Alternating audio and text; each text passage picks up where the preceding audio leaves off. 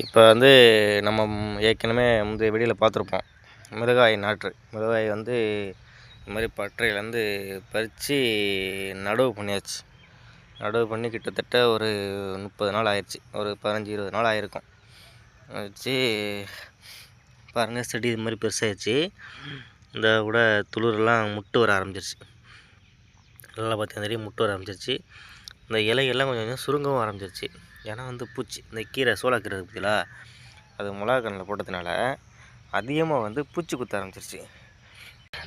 இங்கே பாருங்கள், இந்த மிளகா கண்ணில் வந்து பூ பூக்க ஆரம்பிச்சிருச்சு. இந்த மாதிரி பூ பூத்துச்சுன்னா காய் காய்க்க ஆரம்பிச்சிடும். அப்படியே ஊடு பயிராக நம்ம வந்து வெங்காயமும் உள்ள நட்டுருக்கோம்.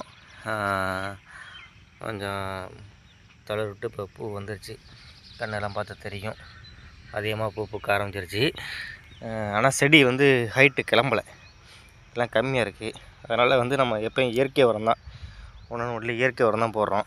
அதனால் மாட்டு சாணம் போட்டிருக்கோம், மறுபடியும் போட்டு தண்ணி பாய்ச்சிருக்கு.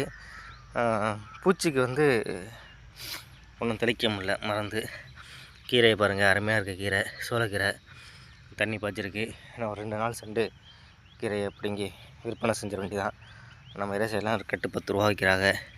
கீரை சோளக்கீரை அருமையாக இருக்குது. பூச்சி குத்திருக்கு. பூச்சி குத்தின கீரை தான் வந்து உரங்களோ எருக்களோ பூச்சி மருந்து அடிக்காத கீரைகள். அதை வாங்கி சாப்பிடுங்க எல்லோரும், மக்கள் எல்லோரும். என்ன ஒன்று செய்யணும் அப்படின்னு கேட்டிங்கன்னா வந்து, மிளகாய் பாடுறதுல பில்லு முளைக்க விடாமல் பார்த்துக்கணும். களை எடுத்துக்கிட்டே இருக்கணும், அதிகமாக களை எடுக்கணும். அப்புறம் பராமரிப்பு அதிகம். பராமரிப்பு வந்து பார்த்திங்கன்னா வந்து கிட்டத்தட்ட அதிகமான வேலை அதில் இருக்குது. அடுத்தடுத்த வீடியோவில் நம்ம பார்ப்போம், எப்படி மிளகாய் காய்க்குது, அதை எப்படி கையகப்படுத்தணும், எல்லாத்தையும் பார்ப்போம். எல்லாம் பூ வந்துருச்சு, தளிர்கள் எல்லா தளிர்களும் பூ விட ஆரம்பிச்சிருச்சு. ஆமாம், இந்த கீரை எல்லாம் இனிமேல் பிடுங்கணும். எல்லாத்தையும் பிடுங்கிட்டு மிளகாய் கன்று மட்டும் தான் வைக்கணும் இதுக்குள்ளே. இல்லைன்னா மிளகாய் கன்று வந்து கீரை சாப்பிட்றோம், சத்து பூரா, அந்த சத்து ஈரசத்தை பூரா கீரை சாப்பிட்றோம். அப்புறம் மிளகாய் கன்று வராது.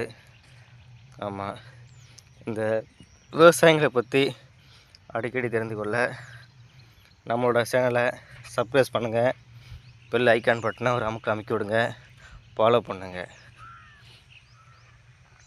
ஃபுல்லாக மிளகாய் தான். இந்த வாட்டி எப்படி சாகுபடி இருக்குன்னு பார்ப்போம். காலையில் சூரியனையும் பார்த்துங்க, அப்படியே நல்லா சூரியன் இருக்குது, சுல்லுன்னு இருக்குது, நல்ல வெயில் டைம். ஓகே ஃப்ரெண்ட்ஸ், பாய், டாட்டா டாட்டா.